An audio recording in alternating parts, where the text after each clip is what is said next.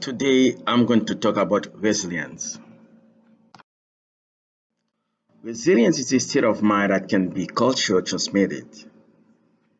That's how a successful generation can learn how to cope with some natural disaster that was previously experimented by their predecessor. As I'm watching the video from Martin Seligman with a lot of passions and appetite, as he was talking about his dad as a resilient individual, I was thrilled to hear that. However, at the same time, that's make me understand where the foundation of my resilience is coming from. Yes, that's made me the memory of my grandfather, who was a farmer, who used to wake up early in the morning.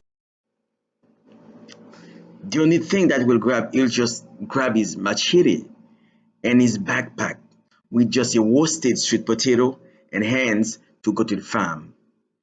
He will stay there the whole day to aerate the soil and plant the product that he planned to harvest when the right time came.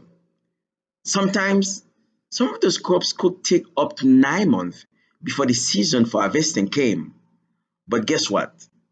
I never see him discouraged, stressful, or being anxious even for one day. Those are the times that I had the chance to learn some of the most beautiful fables and fictitious tales from him, especially at night when the moon was clear. The irony is sometimes the harvest is not even good because there was no rain. Still, he never get upset. Yes, he never get upset because that the type of person that he was. He always find an excuse to feed himself with happiness. So I finally understand that the gathering that they used to have at nine, and the full moon with friends and family and the neighborhoods, the dance and the singing together were another way to distract him from the problems. So somehow I can say that I inherited that characteristic from my grandfather. Yes, when I'm facing any difficult situation, I always find a way to distract my mind from the anxiety by listening to music or going to the gym. So, as I stated earlier, resilience can be cultural or genetic. It's not a magma that people just obtain haphazardly. It is just built by experience. I remember when I was in my 20s, I had a traumatic accident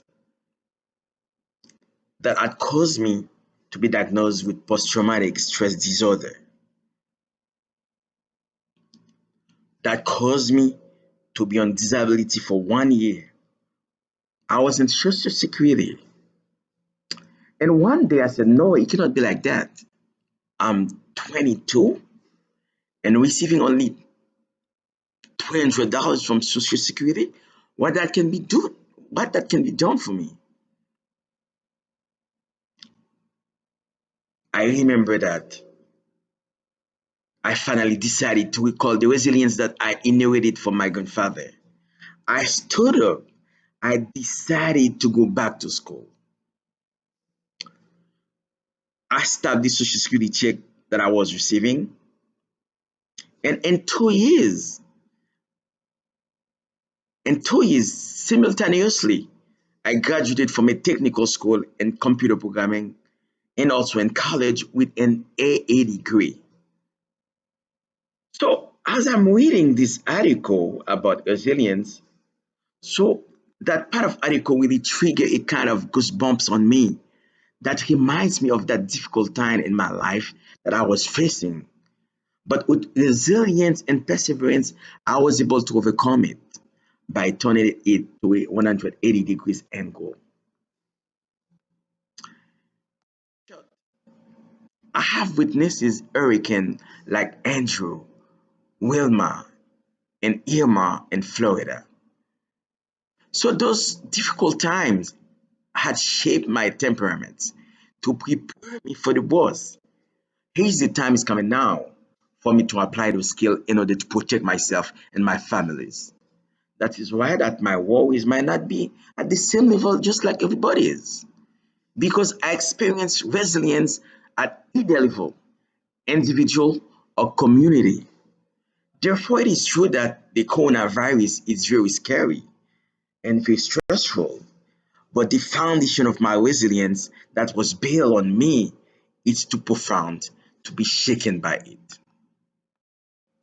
That's the end of my story. Thank you.